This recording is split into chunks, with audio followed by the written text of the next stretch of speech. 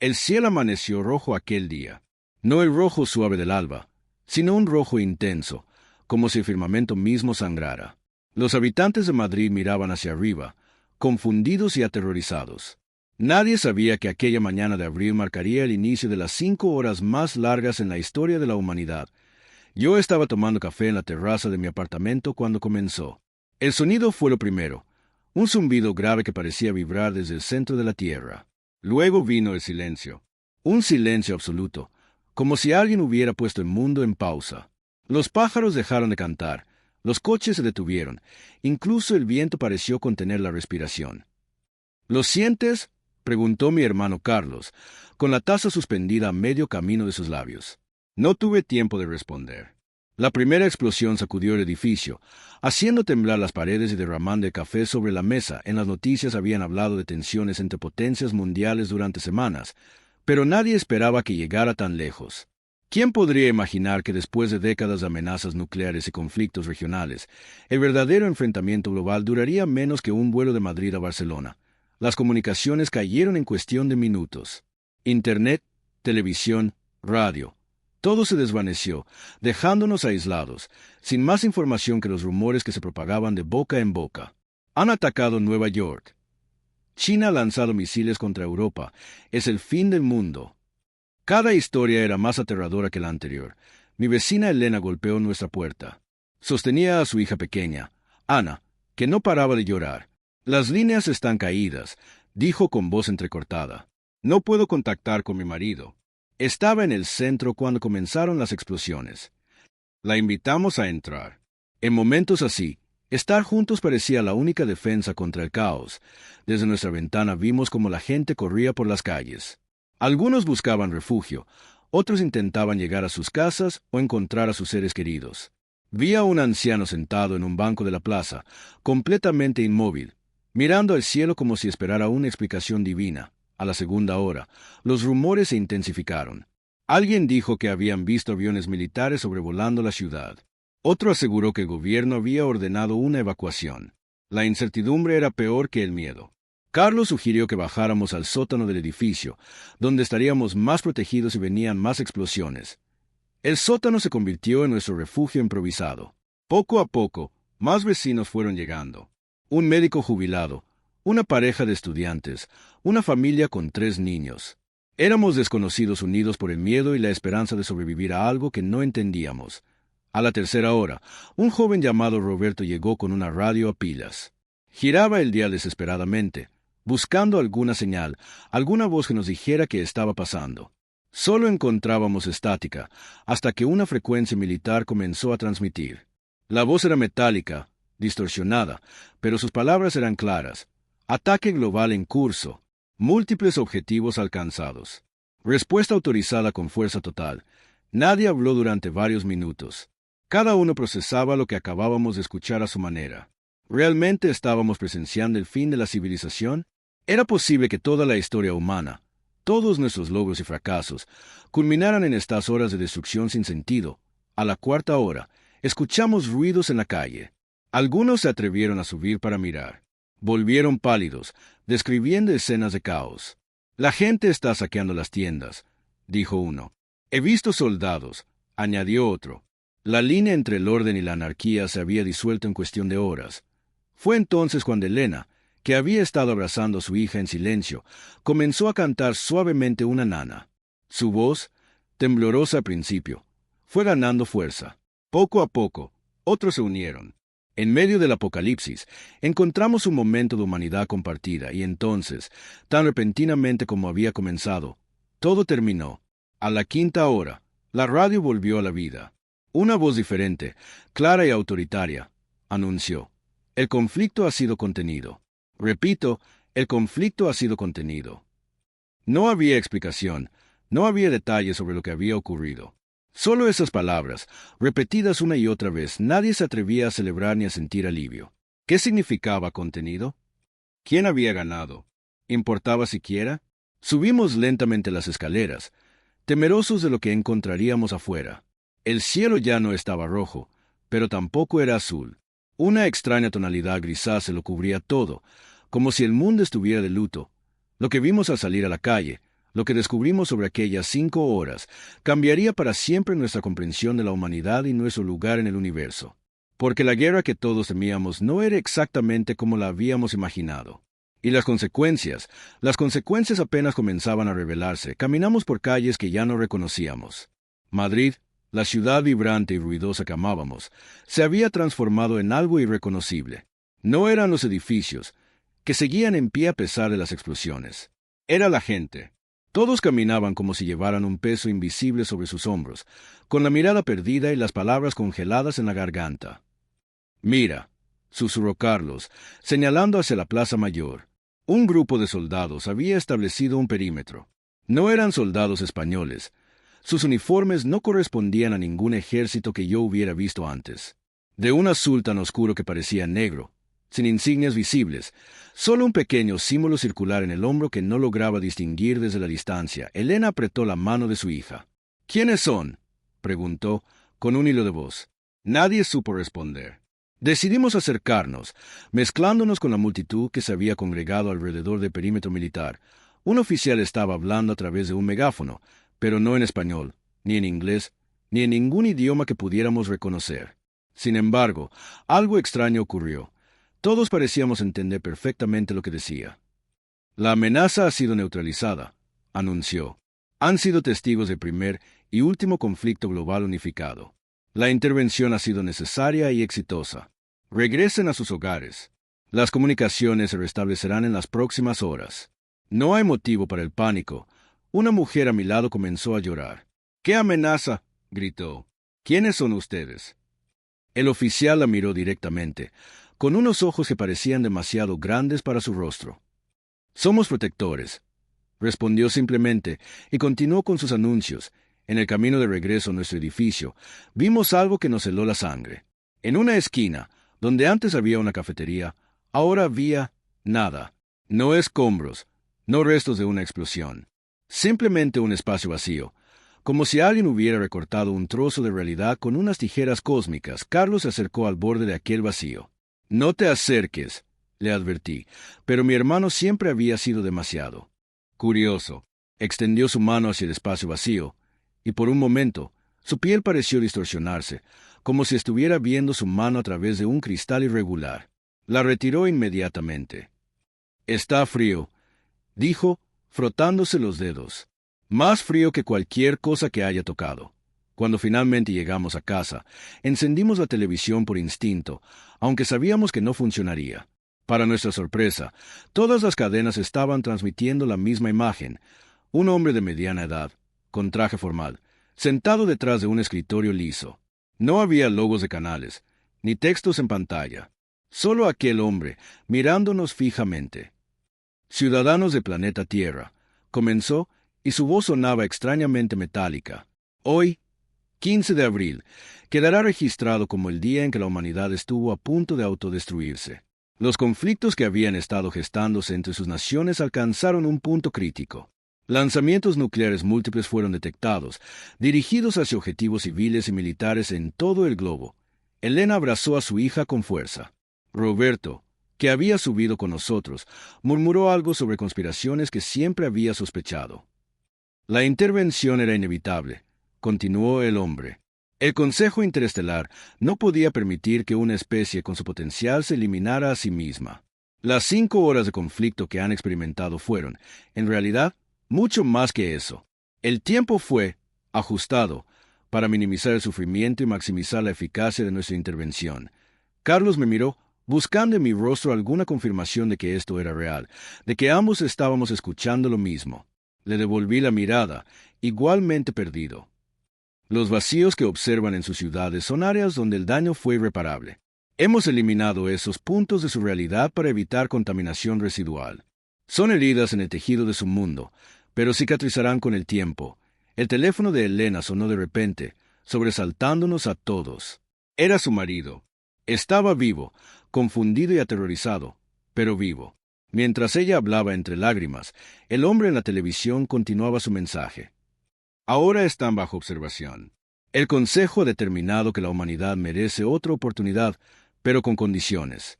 Los detalles de estas condiciones serán comunicados a sus líderes en las próximas semanas. La transmisión se cortó abruptamente, reemplazada por programación normal. Anuncios, presentadores tratando de mantener la calma, imágenes de las principales ciudades del mundo mostrando los mismos vacíos que habíamos visto en Madrid. ¿Qué significa todo esto?, preguntó Roberto, rompiendo el silencio que se había instalado entre nosotros. Significa, respondió Carlos lentamente, que nunca estuvimos solos. Esa noche, mientras Madrid intentaba volver a una normalidad imposible, nos reunimos en la terraza. El cielo nocturno parecía diferente, más cercano, más poblado. Las estrellas brillaban con una intensidad que nunca antes había notado.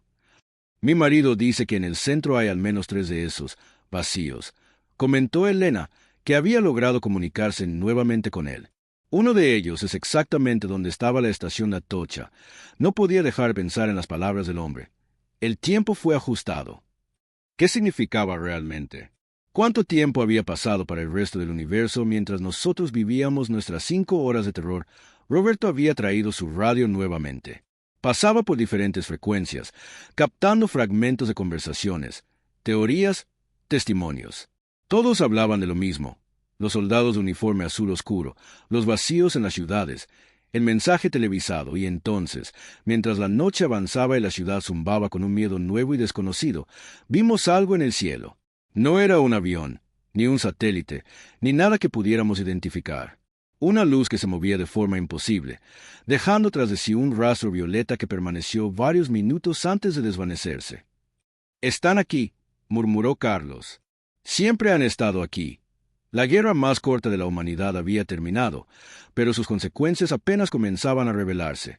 Y mientras contemplábamos aquel cielo que ya no nos pertenecía completamente, una pregunta se formaba en nuestras mentes. ¿Qué precio tendríamos que pagar por nuestra segunda oportunidad? Los días siguientes transcurrieron en una especie de normalidad forzada. La gente volvía a sus trabajos, los niños a las escuelas, los bares abrían sus puertas. Pero nada era igual. Los uniformes azul oscuro patrullaban las calles, siempre observando, nunca interactuando más allá de lo necesario. Y los vacíos, aquellos recortes imposibles en la realidad, permanecían como cicatrices visibles de algo que aún no comprendíamos del todo. Una semana después del incidente, Carlos apareció en mi puerta a medianoche. Tenía el rostro pálido y las manos temblorosas. Sin decir palabra, encendió su tablet y me mostró un video. Parecía tomado con un teléfono móvil. La imagen inestable y borrosa mostraba uno de los vacíos cerca de la Gran Vía. Un grupo de jóvenes se acercaba al borde, como habíamos visto hacer a muchos curiosos durante esos días. Pero entonces, uno de ellos sacó un pequeño objeto metálico y lo arrojó al vacío. «Mira», susurró Carlos, señalando la pantalla. El objeto no desapareció como cabría esperar. En lugar de eso, quedó suspendido en el aire, y por un instante, el vacío pareció ondular, como agua perturbada por una piedra. Luego, algo ocurrió. El vacío emitió un destello, y el objeto fue expulsado con tal fuerza que golpeó una farola cercana, doblándola por la mitad. «¿Cuándo ocurrió esto?», pregunté, sintiendo un nudo en el estómago. «Anoche. El video se ha vuelto viral, aunque las autoridades están intentando eliminarlo de Internet». Carlos se pasó la mano por el pelo, un gesto que siempre hacía cuando estaba nervioso. «Hay más. Roberto dice que ha estado monitoreando las frecuencias militares con su radio. Hay movimientos, muchos movimientos. Al día siguiente lo comprobamos por nosotros mismos. Los soldados de azul se habían multiplicado, y ahora se concentraban especialmente alrededor de los vacíos. Establecieron perímetros más amplios, impidiendo acercarse a menos de 50 metros. Elena vino a visitarnos esa tarde, sin su hija. «Está con mi madre», explicó. «Las escuelas han cancelado las clases para los próximos 3 días, sin explicación». Nos mostró un mensaje en su teléfono, enviado por el Ministerio de Educación. Una cancelación repentina, justificada con una vaga referencia a ajustes necesarios tras los recientes acontecimientos. «Algo va a pasar», dijo Carlos, mirando por la ventana hacia el cielo, que seguía teniendo ese extraño tono grisáceo. «Lo están preparando». Esa noche, Madrid se apagó. No fue un apagón común. Fue como si alguien hubiera bajado gradualmente un interruptor gigante. Las luces de la ciudad, normalmente brillantes y caóticas, se fueron atenuando hasta que solo quedaron las esenciales: hospitales, Algunas avenidas principales, edificios gubernamentales. Roberto llegó sin avisar, con su radio y un nuevo dispositivo que no reconocí. Es un medidor de radiación, explicó. Lo compré hace años, por si acaso. La aguja marcaba niveles ligeramente por encima de lo normal, pero nada alarmante. Sin embargo, cada vez que lo acercaba a la ventana que daba hacia el vacío más cercano, la aguja se movía erráticamente. No es radiación convencional, dijo, con los ojos fijos en el dispositivo. Es algo más. A medianoche, decidimos salir. Probablemente no fue la decisión más sensata, pero la curiosidad podía más que el miedo. Las calles estaban desiertas, salvo por los uniformes azules, que parecían haber aumentado su presencia aún más. Nos movimos con cautela, usando callejones y rutas secundarias para evitar ser vistos. Nuestro objetivo era llegar a uno de los vacíos más grandes, el que antes había sido la estación de Atocha.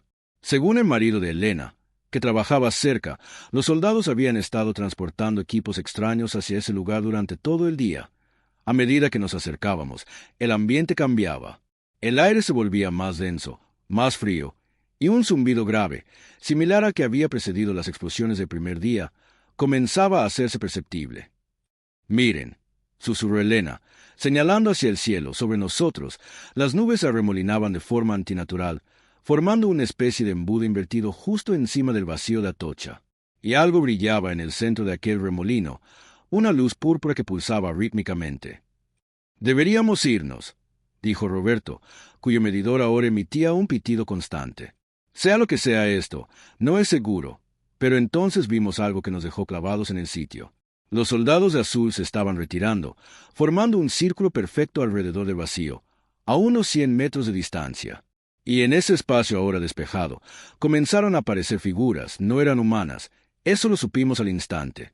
Aunque tenían una forma vagamente humanoides, eran más altas, más delgadas, con extremidades que parecían tener una articulación extra. No podíamos ver sus rostros con claridad desde donde estábamos, pero sus cabezas parecían desproporcionadamente grandes. «Dios mío», murmuró Carlos, buscando a tienta su teléfono. Las figuras rodearon el borde del vacío y extendieron sus manos, si es que eran manos, hacia él. El zumbido se intensificó hasta hacerse casi doloroso, y la luz púrpura descendió desde las nubes, envolviendo tanto las figuras como al vacío. Fue entonces cuando lo sentimos, una vibración que no venía del suelo, sino de dentro de nosotros mismos, como si cada célula de nuestro cuerpo estuviera resonando con aquella extraña energía. Roberto cayó de rodillas, sujetando su cabeza. Elena se apoyó contra una pared, con los ojos cerrados y la respiración agitada. «Está cambiando», dijo Carlos, con una voz que no parecía la suya. «El vacío está cambiando». Y era cierto. Lo que antes había sido una ausencia, un recorte de la realidad, ahora parecía llenarse con algo. No era materia como la conocíamos, sino una sustancia translúcida que reflejaba la luz púrpura en patrones hipnóticos. Un ruido atronador nos sobresaltó. No venía del vacío, sino de detrás de nosotros.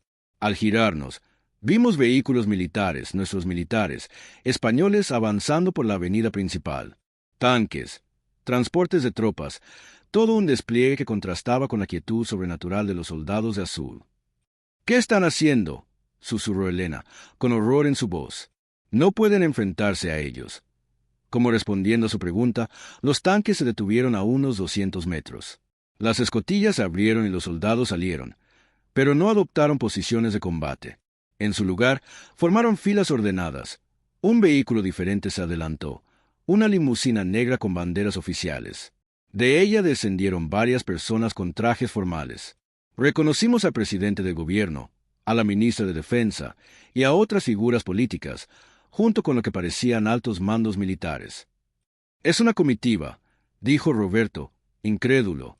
«No vienen a luchar, vienen a negociar». La vibración en nuestros cuerpos se intensificó. La luz púrpura ahora bañaba toda la zona, haciendo que las sombras se distorsionaran de formas imposibles. Y entonces, del centro del vacío, que ya no era un vacío, emergió una figura diferente a las demás. Más alta, más imponente, y definitivamente no humana. Cuando aquella figura dio su primer paso hacia la comitiva española, la vibración alcanzó un nivel insoportable. Sentí que algo dentro de mí se rompía, como si mi conciencia misma se estuviera fragmentando. Lo último que recuerdo antes de perder el conocimiento fue la voz de Carlos, distante y distorsionada. Ya están aquí. La verdadera negociación comienza ahora. No sé cuánto tiempo estuve inconsciente. Cuando abrí los ojos, el cielo había cambiado nuevamente. Ya no era grisáceo, sino de un azul imposiblemente profundo, como si alguien hubiera aumentado la saturación de la realidad misma. Y en ese cielo, flotando sobre Madrid como una segunda luna, había algo que desafiaba toda comprensión. Una estructura masiva, geométricamente perfecta, que parecía estar hecha tanto de luz como de materia sólida. Carlos estaba a mi lado, despierto pero mudo, con los ojos fijos en aquella aparición celeste. Elena y Roberto también estaban conscientes, igualmente hipnotizados por lo que veían, y abajo, donde antes había estado vacío, ahora se alzaba una estructura cristalina que se extendía hacia el cielo, conectándose visualmente con la que flotaba sobre nosotros. Entre ambas, un pilar de luz púrpura pulsaba con un ritmo que, de alguna manera, parecía sincronizado con los latidos de mi corazón. La comitiva española y las figuras no humanas habían desaparecido. Los soldados de azul permanecían inmóviles, como estatuas guardando un templo extraterrestre. ¿Qué está pasando?, logré preguntar, aunque mi voz sonaba ajena, como si viniera de muy lejos. Carlos me miró, y en sus ojos vi algo que nunca había visto antes, una mezcla de terror y asombro tan profunda que transformaba su rostro. La negociación ha terminado, dijo simplemente. Y ahora viene la parte más difícil. Un sonido como de cristal quebrándose nos sobresaltó. La estructura cristalina que se había formado donde antes estaba el vacío comenzó a fracturarse, líneas brillantes recorriendo su superficie como relámpagos congelados. Intentamos ponernos de pie, pero una fuerza invisible nos mantenía en el suelo, como si la gravedad se hubiera duplicado repentinamente. «¡Miren eso!», exclamó Roberto, señalando hacia el horizonte. No era solo en Atocha. En la distancia, podíamos ver otros pilares de luz púrpura elevándose desde distintos puntos de Madrid, exactamente donde habían estado los otros vacíos. Y sobre cada uno de ellos, réplicas más pequeñas de la estructura flotante que dominaba el cielo. «Es una red», murmuró Carlos. «Están conectando todos los puntos». Entonces ocurrió algo inesperado. De nuestros bolsillos, de nuestras mochilas, de todos los dispositivos electrónicos que llevábamos, empezó a emanar la misma luz púrpura. Mi teléfono vibró con tanta intensidad que tuve que soltarlo. Cayó al suelo y, en lugar de apagarse, la pantalla mostró símbolos que nunca había visto antes, cambiando rápidamente, como si alguien o algo estuviera reprogramándolo en tiempo real. Lo mismo sucedía con los dispositivos de los demás. La radio de Roberto comenzó a emitir una secuencia de tonos que parecían seguir un patrón matemático. La tablet de Carlos se encendió sola y empezó a mostrar lo que parecían ser modelos tridimensionales de estructuras moleculares que se transformaban continuamente. «Es un hackeo masivo», dijo Roberto, con una mezcla de miedo y fascinación profesional. «Pero no es humano. Ningún sistema humano podría hacer esto simultáneamente con todos los dispositivos». Mientras observábamos hipnotizados nuestros aparatos, no nos dimos cuenta de que los soldados de azul habían comenzado a moverse. No hacia nosotros, sino hacia el centro de la ciudad, marchando en perfecta sincronía. La gente empezaba a salir a las calles, atraída por la luz y el extraño espectáculo en el cielo, y entonces todos los dispositivos apagaron al unísono. La ciudad quedó en completo silencio por un instante, como si el mundo entero contuviera la respiración. Cuando nuestros teléfonos volvieron a encenderse, todos mostraban el mismo mensaje, en todas las lenguas imaginables, rotando la pantalla. Fase 2 iniciada. Preparación para integración. Resistencia detectada. Un segundo después, las comunicaciones se restablecieron como si nunca se hubieran interrumpido. Llamadas, mensajes, notificaciones, todo llegó de golpe. Mi teléfono casi explotó con la cantidad de mensajes entrantes. «¿Qué está pasando?», preguntó Elena, mirando su propio teléfono con incredulidad. «Tengo mensajes de personas que dicen estar viendo lo mismo en toda Europa. París, Berlín, Roma, estructuras iguales a la que tenemos sobre nosotros». Carlos estaba revisando rápidamente su tablet. «No es solo Europa», dijo con voz tensa. «Está pasando en todo el mundo. Nueva York, Tokio, Sydney, El Cairo. Es global». Mientras procesábamos esta información, sentimos un cambio en el aire. La temperatura descendió varios grados en cuestión de segundos, y un viento antinatural comenzó a soplar, no desde una dirección específica, sino hacia arriba, como si algo estuviera succionando el aire hacia el cielo. Roberto fue primero en notarlo. «Los edificios», gritó, señalando hacia las estructuras más cercanas. Los edificios alrededor de la antigua estación Atocha estaban cambiando. No se derrumbaban, ni se transformaban de manera caótica. Era algo más sutil y mucho más aterrador. Sus líneas se estaban realineando, los ángulos modificándose ligeramente, como si una mano invisible estuviera ajustando la arquitectura para que siguiera un patrón diferente, un diseño ajeno a la estética humana. «Están remodelando nuestra realidad», susurró Carlos, con una comprensión repentina en su voz. «No solo intervinieron para detener la guerra. Están reconstruyendo». Un grupo de personas pasó corriendo junto a nosotros, huyendo del centro. Una mujer mayor se detuvo brevemente para advertirnos. «Están llegando a las casas. Están entrando en las casas». Antes de que pudiéramos preguntarle más, continuó su carrera desesperada. Mi teléfono sonó con una notificación de emergencia gubernamental. «Permanezcan en sus hogares. No intenten abandonar la ciudad. Cooperen con las autoridades. Situación bajo control. Punto». «¿Bajo control?», se rió Roberto sin humor. «¿De quién?». Fue entonces cuando escuchamos la voz.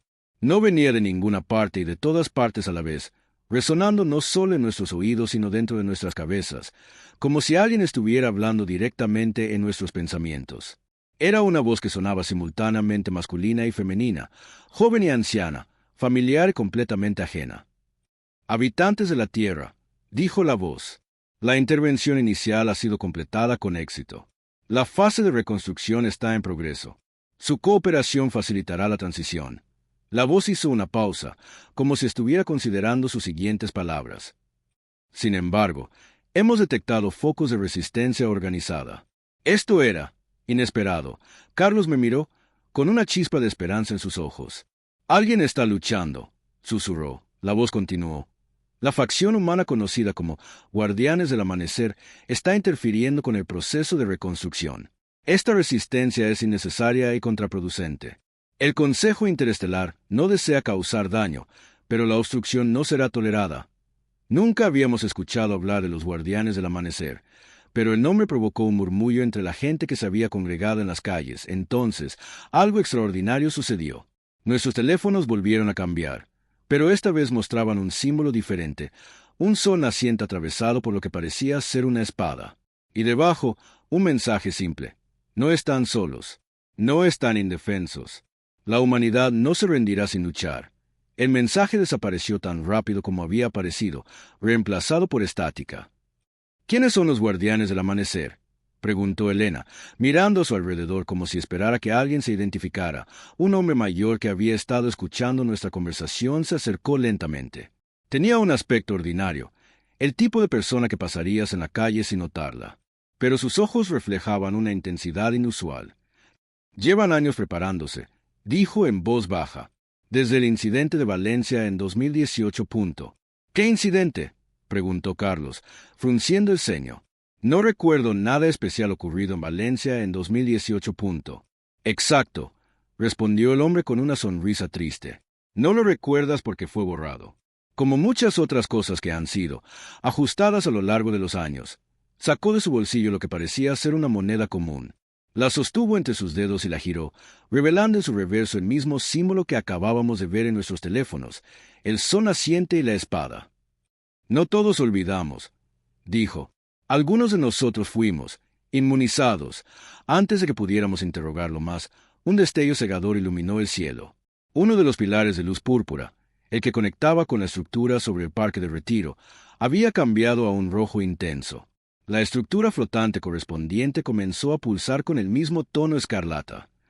«Ha comenzado», dijo el hombre, guardando rápidamente la moneda. «El primer contraataque». En la distancia, escuchamos una serie de explosiones apagadas. No el estallido destructivo de bombas convencionales, sino un sonido más sordo, como de aire comprimido liberándose repentinamente. El cielo sobre Retiro se iluminó con destellos irregulares, como una tormenta eléctrica silenciosa. La estructura cristalina allí parecía estar siendo atacada por algo que no podíamos ver desde nuestra posición. «¿Qué está pasando?», pregunté al hombre, pero ya se estaba alejando, mezclándose con la multitud que ahora miraba atónita hacia el Retiro. «Busquen el búnker bajo la Plaza de Oriente», dijo por encima del hombro. Digan que Gabriel los envía. Y entonces desapareció entre la gente, dejándonos con más preguntas que respuestas. La voz etérea volvió a resonar en nuestras mentes, pero esta vez sonaba diferente, con un matiz que casi podría interpretarse como preocupación. La resistencia es problemática, dijo. El Consejo debe reconsiderar el enfoque. Se implementarán medidas adicionales. En ese momento, los soldados de azul que habían estado patrullando las calles se detuvieron simultáneamente. Sus cabezas giraron con una sincronía mecánica hacia la zona de retiro. Y entonces, como un solo organismo, comenzaron a moverse en esa dirección. Van a aplastar la resistencia, dijo Roberto. Con la voz quebrada por el miedo, Carlos tomó una decisión repentina. Tenemos que ir a la Plaza de Oriente, dijo, tomándome del brazo. Si hay gente que sabe lo que está pasando, que ha estado preparándose para esto, necesitamos encontrarlos, punto. ¿Y confiar en un extraño?, cuestionó Elena, aunque sus ojos seguían fijos en la batalla distant. ¿Tienes una mejor idea?, respondió Carlos, mientras nos preparábamos para movernos. La estructura cristalina cerca de Atocha emitió un pulso de energía que se expandió como una onda, atravesándonos. No sentimos dolor, pero por un instante, mi visión cambió. Durante una fracción de segundo, vi el mundo de una manera completamente diferente. Los edificios parecían translúcidos, revelando complejas geometrías internas que nunca antes había notado. Las personas brillaban con auras de colores diversos, y el cielo estaba lleno de formas y presencias que desafiaban toda descripción. La visión desapareció tan rápido como había llegado, dejándome desorientado y con un zumbido en los oídos. ¿Lo visteis?, preguntó Elena, con los ojos muy abiertos. ¿Visteis cómo es realmente? Todos asentimos en silencio, demasiado impactados para hablar, y entonces el suelo bajo nuestros pies comenzó a temblar. No era un terremoto natural. Era demasiado rítmico, demasiado regular, como si algo enorme y pesado estuviera aproximándose paso a paso desde la dirección del Palacio Real. Emergiendo por encima de los edificios, apareció una figura colosal. Tenía forma vagamente humanoide, pero su tamaño era imposible, como un rascacielos que hubiera cobrado vida. Su cuerpo parecía estar hecho del mismo material cristalino que las estructuras, pero más denso, más opaco, con líneas de energía púrpura recorriendo su superficie como venas luminosas.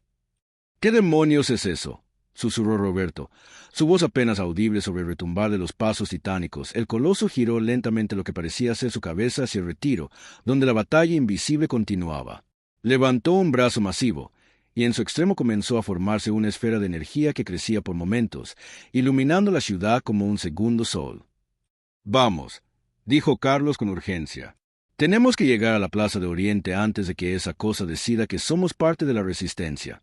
Mientras corríamos por las calles de Madrid, ahora irreconocibles por las transformaciones arquitectónicas que continuaban a nuestro alrededor, una certeza se instaló en mi mente. La guerra de 5 horas que había detenido el Consejo Interestelar no había terminado realmente.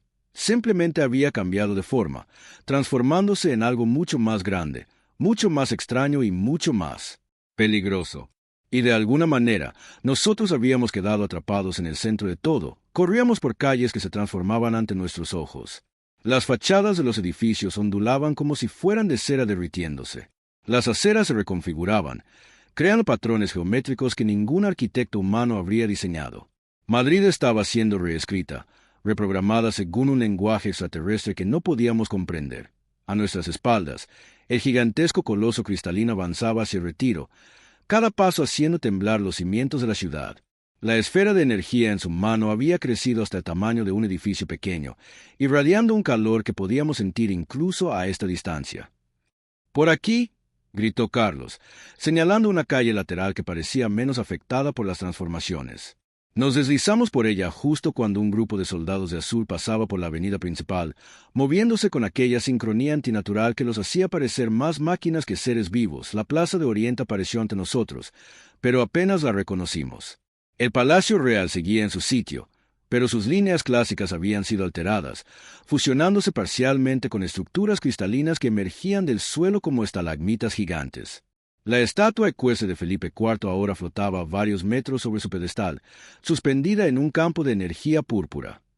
«¿Dónde está el búnker?», preguntó Elena, mirando frenéticamente a su alrededor. «¿Cómo vamos a encontrarlo con todo esto?». Roberto señaló hacia los jardines. Los cambios son menores allí. Quizás el subsuelo está más protegido. Avanzamos hacia los jardines, moviéndonos entre arbustos que ahora brillaban con un resplandor tenue, como si hubieran sido infectados por algún tipo de bioluminiscencia alienígena. El suelo bajo nuestros pies se sentía extrañamente elástico, como si estuviéramos caminando sobre algo vivo. Fue entonces cuando lo vimos, un círculo perfectamente grabado en el suelo, con el mismo símbolo que habíamos visto en nuestros teléfonos y en la moneda de Gabriel, el sol naciente atravesado por una espada. Debe ser aquí, dije, arrodillándome para examinar el símbolo. Carlos se unió a mí, pasando sus dedos por el grabado. ¿Cómo lo abrimos? Como respondiendo a su pregunta, el círculo comenzó a vibrar bajo nuestras manos. Un zumbido bajo emergió del suelo, y el símbolo se iluminó con una luz dorada, contrastando con el púrpura que dominaba el resto de la ciudad. El círculo se hundió varios centímetros y luego se deslizó lateralmente, revelando una escalera de metal que descendía hacia la oscuridad. ¿Entramos?, preguntó Elena, la duda clara en su voz. Un estallido ensordecedor a nuestras espaldas contestó por nosotros.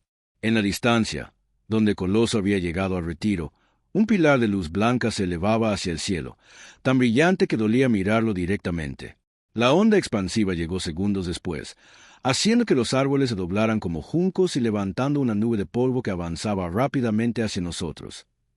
«Ahora», grité, empujando a todos hacia la escalera. Apenas entramos, el círculo volvió a su posición, sellándonos dentro justo cuando la onda expansiva pasaba por encima. El ruido quedó amortiguado, pero aún así podíamos sentir la vibración en las paredes metálicas que nos rodeaban. Descendimos por la escalera, iluminados únicamente por luces de emergencia que emitían un resplandor rojizo. El aire era fresco y olía ligeramente a ozono y metal. Después de bajar lo que parecían ser 3 o 4 pisos, llegamos a un pasillo horizontal que se extendía en la oscuridad. «Hola», llamó Carlos, su voz haciendo eco en el túnel. «¿Hay alguien aquí?» Gabriel nos envió. El silencio fue su única respuesta. Avanzamos cautelosamente por el pasillo, nuestros pasos resonando en el metal. Tras lo que parecieron cientos de metros, el pasillo se ensanchó, abriéndose a una sala circular enorme que nos dejó sin aliento. La sala estaba iluminada por paneles que emitían la misma luz dorada que habíamos visto en el símbolo. En el centro había una estructura que parecía una versión en miniatura de las cristalinas que se alzaban sobre la ciudad, pero esta era de un color ámbar profundo y pulsaba con un ritmo que recordaba a un latido cardíaco. Alrededor de la sala, decenas de personas trabajaban en estaciones llenas de equipos que mezclaban tecnología moderna con elementos que parecían sacados de un futuro lejano. Algunos llevaban batas de laboratorio, otros uniformes militares sin insignias reconocibles, y varios vestían ropa cotidiana que los habría hecho pasar desapercibidos en cualquier calle de Madrid. Todos se detuvieron cuando entramos, girándose para mirarnos con expresiones que iban desde la sorpresa hasta la sospecha. Una mujer se separó del grupo y se acercó a nosotros. Tendría unos 50 años, con cabello gris corto y ojos de un azul tan intenso que parecían brillar en la luz dorada. Llevaba un uniforme negro simple, con el símbolo del sol y la espada bordado sobre el corazón. Gabriel tiene un talento especial para encontrar gente en el momento preciso, dijo, con una voz clara y firme. Soy la doctora Isabel Vega, directora de operaciones de los Guardianes del Amanecer. ¿Qué sabéis exactamente de lo que está ocurriendo? Nos miramos entre nosotros, sin saber por dónde empezar. Fue Carlos quien finalmente habló, resumiendo todo lo que habíamos presenciado desde que el cielo se volvió rojo aquella mañana. Isabel escuchó atentamente, asintiendo ocasionalmente. Cuando Carlos terminó, suspiró profundamente. Lo que estás experimentando es la tercera fase de lo que llamamos la convergencia, explicó. No es la primera vez que ocurre, pero sí la más extensa. Punto. ¿La tercera fase?, preguntó Roberto. ¿Cuáles fueron las otras dos? La primera fue la intervención para detener la guerra nuclear. La segunda fue la estabilización de los vacíos y el establecimiento de la red de comunicación. Esta tercera fase es la reconfiguración física de nuestro entorno para hacerlo compatible con ellos. Punto. ¿Quiénes son exactamente ellos?, pregunté. Isabel caminó hacia una de las estaciones y activó una pantalla que mostraba imágenes de las figuras no humanas que habíamos visto cerca del vacío de Atocha. Los llamamos arquitectos. Son una especie interdimensional que existe en un plano de realidad adyacente al nuestro. Han estado observándonos durante milenios, interviniendo sutilmente en momentos críticos de nuestra historia. Punto. ¿Por qué?, preguntó Elena. ¿Qué quieren de nosotros? No quieren nada de nosotros, respondió Isabel. Quieren nuestro espacio, nuestro plano de existencia. Su dimensión está colapsando, y necesitan un nuevo hogar. Un escalofrío recorrió mi espalda. Están invadiendo la Tierra. Isabel sacudió la cabeza. Es más complejo que eso. No quieren conquistarnos o eliminarnos. Quieren integrarnos, fusionar su realidad con la nuestra, creando un híbrido que puedan habitar junto con nosotros. Punto. Pero están reconstruyendo nuestras ciudades, cambiando nuestro mundo, protestó Carlos. Eso no suena a coexistencia pacífica. Punto. Porque no lo es, dijo una voz a nuestras espaldas. Nos giramos para ver a Gabriel entrando por una puerta lateral. Tenía un corte en la frente y su ropa estaba manchada de polvo, pero por lo demás parecía ileso. La integración significa que nuestras mentes, nuestros cuerpos, nuestra realidad física, todo será alterado para ser compatible con ellos, continuó. Seguiremos existiendo, pero no como humanos, como algo nuevo, algo híbrido. Perderemos nuestra autonomía, nuestra identidad como especie. Punto. ¿Y el Consejo Interestelar? Preguntó Carlos. El mensaje decía que intervinieron para salvarnos de la autodestrucción. Isabel y Gabriel intercambiaron miradas. El Consejo Interestelar no existe, dijo Isabel finalmente. Es una ficción creada por los arquitectos para hacernos creer que hay un colectivo de especies que vela por el bienestar galáctico. La verdad es mucho más simple. Solo están ellos, usando la guerra nuclear como excusa para iniciar la convergencia. Punto. ¿Y qué hay de la resistencia? Pregunté. ¿Del contraataque en el retiro? Punto. Ese era nuestro principal centro de operaciones, respondió Gabriel con amargura. Teníamos un dispositivo que interfería con sus estructuras cristalinas. Funcionó durante un tiempo, pero no necesitó terminar la frase. Todos habíamos visto el destello de luz blanca, la devastación. Entonces estamos perdidos, susurró Elena, la desesperación clara en su voz. No, dijo Isabel con firmeza. Todavía tenemos nuestra carta final. Se acercó a la estructura AMA pulsante en el centro de la sala. Esto es lo que llamamos el núcleo. Es tecnología de los arquitectos que conseguimos recuperar durante su última incursión en Valencia. Hemos pasado años estudiándola, modificándola, adaptándola a nuestros propósitos. Punto. ¿Qué hace?, preguntó Roberto, aproximándose cautelosamente a la estructura. Los arquitectos existen en múltiples estados cuánticos simultáneamente, explicó Isabel. Es lo que les permite manipular la realidad física con tanta facilidad. El núcleo puede generar un campo de fase inversa que los fuerza a colapsar en un solo estado cuántico, haciéndolos tan vulnerables como nosotros. Punto. Pero el dispositivo no está completo, intervino Gabriel. Necesita un componente final, un catalizador para activar la reacción en cadena que afectaría a todas las estructuras cristalinas simultáneamente. Punto. ¿Qué tipo de catalizador?, preguntó Carlos. Isabel nos miró uno por uno, sus ojos deteniéndose finalmente en mí. Sentí un escalofrío recorrer mi columna vertebral. Un ser humano que haya experimentado la visión completa, dijo en voz baja. Alguien cuya mente haya sido parcialmente sincronizada con la frecuencia de los arquitectos, pero que mantenga su identidad humana intacta. Recordé el momento en que la onda de energía nos había atravesado, como había visto el mundo transformado por un instante. ¿Te refieres a esa visión que tuvimos cuando la onda nos golpeó?, pregunté, aunque ya sabía la respuesta. Isabel asintió.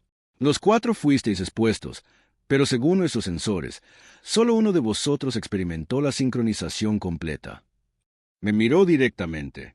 Tú, un silencio pesado cayó sobre la sala. Carlos dio un paso protector hacia mí. ¿Qué tendría que hacer exactamente?, pregunté, sorprendido por la calma en mi propia voz. Conectarte físicamente al núcleo, respondió Isabel. Tu mente serviría como puente, como conductor para el campo de fase inversa. Punto.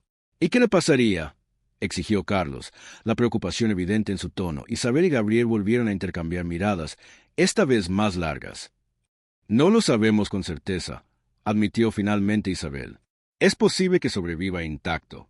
Es posible que su conciencia quede fragmentada temporalmente. Y es posible que no sobreviva, completé por ella. Nadie lo negó. Una explosión distante hizo temblar el techo, desprendiendo polvo y pequeños fragmentos de metal. Las luces parpadearon. Nos han encontrado, dijo Gabriel, moviéndose rápidamente hacia una de las estaciones. El coloso está dire. Exactamente sobre nosotros. Tenemos minutos, tal vez menos. Miré a mis amigos, Carlos, mi hermano, que había estado a mi lado desde el principio, Elena, cuya fortaleza había sido un ancla en medio del caos, Roberto, cuya curiosidad y conocimiento técnico nos habían ayudado a entender lo incomprensible. Todos me miraban, y en sus ojos veía la misma pregunta. No necesité pensarlo demasiado. Lo haré, dije. Los siguientes minutos pasaron en una vorágine de actividad. Mientras los técnicos preparaban el núcleo, me despedí de mis amigos. Carlos se negaba a aceptarlo. Tiene que haber otra manera, insistía, su voz quebrada por la emoción. Siempre hay otra opción, punto. No esta vez, respondí, abrazándolo. A veces solo hay un camino. Las explosiones se hacían más frecuentes e intensas. El búnker entero temblaba, y algunos sistemas ya estaban fallando. El tiempo se acababa. Cuando todo estuvo listo, me condujeron al centro de la sala. El núcleo había sido abierto, revelando un espacio interno que pulsaba con luz ámbar. A su alrededor habían colocado una especie de arnés metálico, conectado por cables a la estructura principal. Una vez que estés conectado, concentra tu mente en ese momento de visión que experimentaste, me explicó Isabel mientras los técnicos ajustaban el arnés a mi cuerpo. Intenta recrearlo, mantenerlo, amplificarlo. El núcleo hará el resto, asentí, demasiado nervioso para hablar. Una última explosión, mucho más cercana que las anteriores, hizo que las luces se apagaran por completo durante varios segundos. Cuando volvieron, eran más tenues, alimentadas por sistemas de emergencia. «Es ahora o nunca», dijo Gabriel, sus dedos volando sobre un panel de control. Miré una última vez a mis amigos, a los guardianes que luchaban contra el tiempo, a ese extraño refugio bajo una ciudad que ya no era nuestra. Cerré los ojos y asentí. El arnés se activó, y sentí como mi conciencia se expandía. Era como si mi mente estuviera siendo estirada en todas direcciones, conectándose con algo vasto e incomprensible. Volví a ver el mundo como lo había visto durante aquel breve instante, traslúcido, lleno de geometrías imposibles y presencias que existían en los bordes de la percepción, y entonces vi a los arquitectos tal como realmente eran, no seres físicos, sino patrones de energía consciente que fluían a través de múltiples dimensiones, manipulando la materia como un artista manipula la arcilla. Sentí su sorpresa al percibirme, al darse cuenta de que un simple humano estaba observándolos en su verdadera forma. Y luego, algo inesperado, sentí su miedo. Entendí entonces lo que Isabel no había mencionado, quizás porque ni ella misma lo sabía. El núcleo no solo los haría vulnerables, potencialmente podría destruirlos. Una parte de mí dudó. ¿Tenía derecho a aniquilar a una especie entera, por muy invasora que fuera? Pero entonces recordé Madrid transformándose, el coloso atacando el retiro, la transformación forzada de nuestro mundo. Concentré toda mi voluntad, mi humanidad, mi conexión con ese planeta que llamábamos hogar, y la canalicé a través del núcleo. El mundo estalló en luz dorada. No sé cuánto tiempo pasó. Podrían haber sido segundos, minutos o siglos enteros. Cuando recuperé la conciencia, estaba tendido en el suelo del búnker, con Carlos arrodillado junto a mí, sacudiendo mi hombro y llamando mi nombre. «Despierta, por favor, despierta». Abrí los ojos lentamente, cada movimiento un esfuerzo monumental. La sala estaba parcialmente destruida, con equipos dañados y escombros por todas partes. El núcleo ya no pulsaba con luz ámbar. En su lugar, emitía un resplandor dorado constante y suave. «Funcionó», dijo Isabel, apareciendo en mi campo de visión. Tenía un corte en la mejilla y parecía exhausta, pero sonreía. Las estructuras cristalinas se están desintegrando en toda la ciudad. El coloso se ha derrumbado. Los soldados de azul han desaparecido. Punto. ¿Los arquitectos?, pregunté, mi voz apenas un susurro. Isabel sacudió la cabeza. No lo sabemos con certeza, pero las lecturas indican que el campo de fase inversa fue más potente de lo que esperábamos.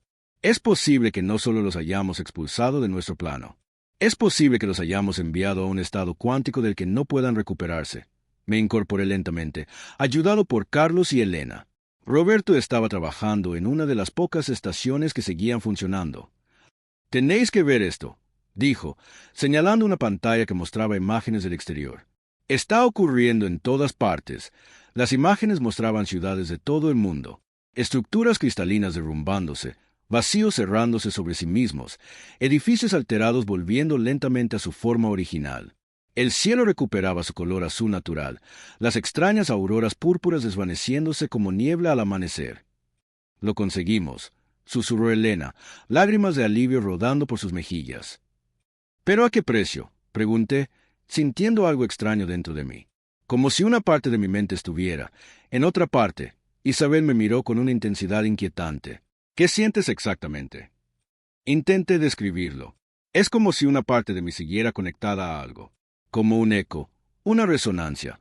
Gabriel se acercó, estudiándome con ojos entrecerrados. La conexión con el núcleo debería haberse roto completamente cuando el campo se activó. A menos que... Comenzó Isabel, pero se interrumpió, como si la idea fuera demasiado perturbadora para expresarla en voz alta. A menos que parte de ello siga aquí, completé, comprendiendo de repente. Dentro de mí, el silencio que siguió confirmó mi sospecha. Salimos del búnker horas después, cuando los sensores confirmaron que era seguro hacerlo. El Madrid que encontramos era una ciudad en proceso de curación. Los edificios recuperaban lentamente sus formas originales, como si la piedra y el metal fueran plastilina que alguien estaba remodelando cuidadosamente. Los vacíos habían desaparecido, dejando tras de sí espacios vacantes que esperaban ser reconstruidos. La gente emergía de sus refugios, mirando al cielo con asombro y alivio. Nadie parecía entender completamente lo que había ocurrido, pero todos sentían que peligro había pasado. Nos detuvimos en la Plaza de Oriente, contemplando el Palacio Real que ahora lucía casi normal, salvo por algunas alteraciones sutiles en su arquitectura que probablemente permanecerían como cicatrices visibles de la convergencia. ¿Qué pasará ahora?, preguntó Elena, observando una familia que se abrazaba en medio de la plaza, llorando de alivio. Reconstruiremos, respondió Carlos. Es lo que siempre hacemos. Isabel y Gabriel se habían quedado en el búnker con otros guardianes, coordinando operaciones con células de resistencia de todo el mundo. Nos habían dado comunicadores para mantenernos en contacto. La guerra había terminado, pero la vigilancia continuaría. Por si acaso, Roberto miraba su teléfono con incredulidad. Las noticias están tratando de explicarlo todo como una serie de fenómenos atmosféricos y alucinaciones colectivas causadas por algún tipo de gas desconocido. Ya están construyendo la narrativa oficial.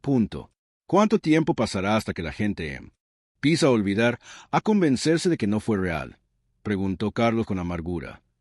No todos olvidarán, dije, sintiendo aquella extraña resonancia dentro de mí, aquel eco de algo vasto y ajeno. Y estaremos preparados si alguna vez regresan. Mientras caminábamos por las calles de una Madrid que lentamente volvía a ser nuestra, sentí algo cambiar dentro de mí. Por un instante, mi visión se alteró nuevamente, y pude ver los residuos energéticos de las estructuras cristalinas, invisibles para todos excepto para mí. Y entonces, como un susurro distante, escuché una voz que no era humana, pero tampoco completamente ajena. La convergencia no ha terminado. Solo ha cambiado de forma. Mantuve estas palabras para mí mismo mientras seguíamos caminando bajo el sol de la tarde. La guerra más corta de la humanidad había terminado oficialmente. Pero para mí, que ahora albergaba fragmentos de ambos mundos, sabía que solo era un intermedio. La verdadera convergencia apenas estaba comenzando, y esta vez, comenzaba desde dentro. Las semanas siguientes transcurrieron en una extraña dualidad. Por fuera, Madrid se reconstruía. Las grúas y los equipos de construcción trabajaban día y noche en las zonas donde los vacíos habían dejado espacios desnudos en el tejido de la ciudad. La gente regresaba a sus rutinas, aferrándose a la normalidad como náufragos a tablas de salvación. Los periódicos y las televisiones hablaban de fenómenos atmosféricos sin precedentes y alucinaciones colectivas provocadas por gases desconocidos liberados durante las tormentas eléctricas. La versión oficial se consolidaba con cada día que pasaba, pero por dentro yo vivía una realidad diferente. Los fragmentos de conciencia de los arquitectos que residían en mí no eran invasores hostiles como había temido al principio. Eran más como ecos, memorias residuales con las que podía interactuar, aprender, comprender.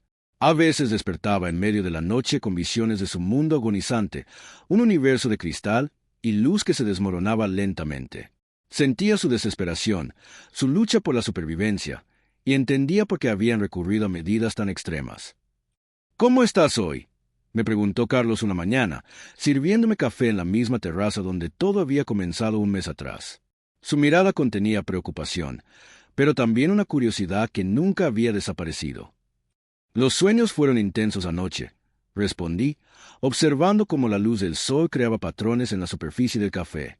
Vi su planeta natal antes del colapso. Era hermoso, Carlos. Tan diferente nuestro mundo, pero hermoso a su manera. Mi hermano asintió, acostumbrado ya a estas conversaciones. ¿Aprendiste algo nuevo? Su civilización existió durante millones de años antes de que la nuestra siquiera comenzara. Viajaron entre dimensiones, estudiaron formas de vida que ni siquiera podemos imaginar. Y al final, con toda su tecnología y conocimiento, no pudieron salvar su propio mundo.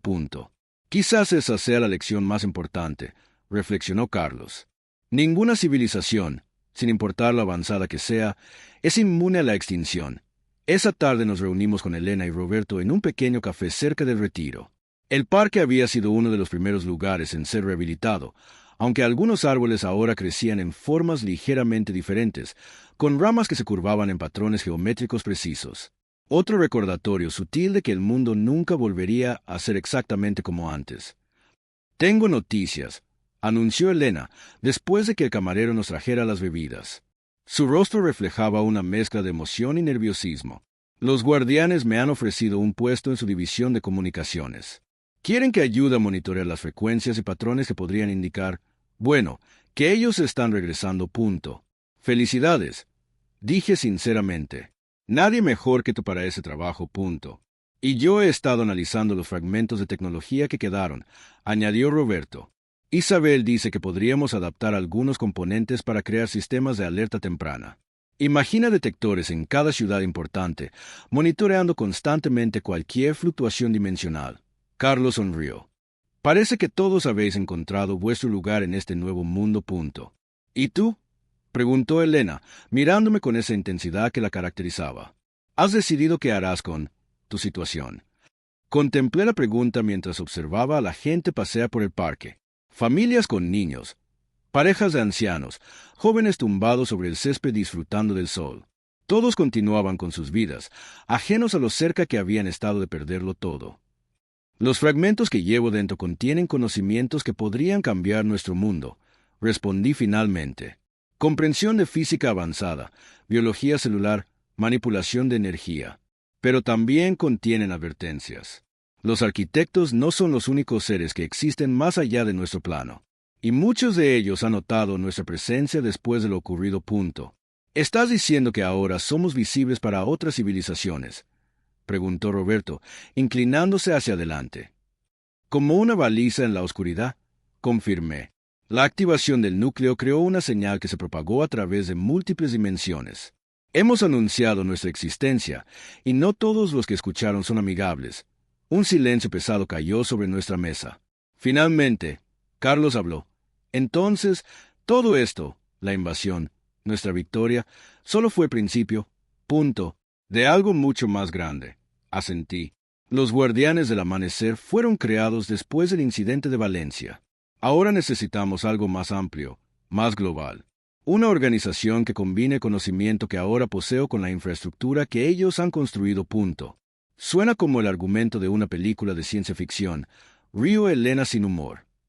«Toda nuestra vida se ha convertido en una», respondí, sonriendo ligeramente.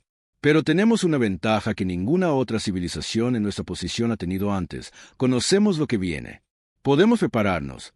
Mientras el sol comenzaba a ponerse sobre Madrid, una ciudad renacida pero siempre cambiada, sentí aquella resonancia dentro de mi vibrar con una certeza cada vez más clara. La humanidad había sobrevivido a su primera verdadera prueba cósmica, pero no sería la última. Y cuando llegara el próximo desafío, ya no seríamos los ingenuos que éramos hace apenas un mes. Esa noche, mientras observaba las estrellas desde mi terraza, escribí en mi diario las palabras que se convertirían en el lema de la nueva organización que estábamos formando. La guerra más corta de la humanidad nos enseñó la lección más importante. Nunca estuvimos solos, y nuestro verdadero desafío apenas comienza. El cielo nocturno parecía diferente ahora, no solo por los restos de aurora púrpura que aún aparecían ocasionalmente, sino porque lo miraba con ojos que habían visto más allá.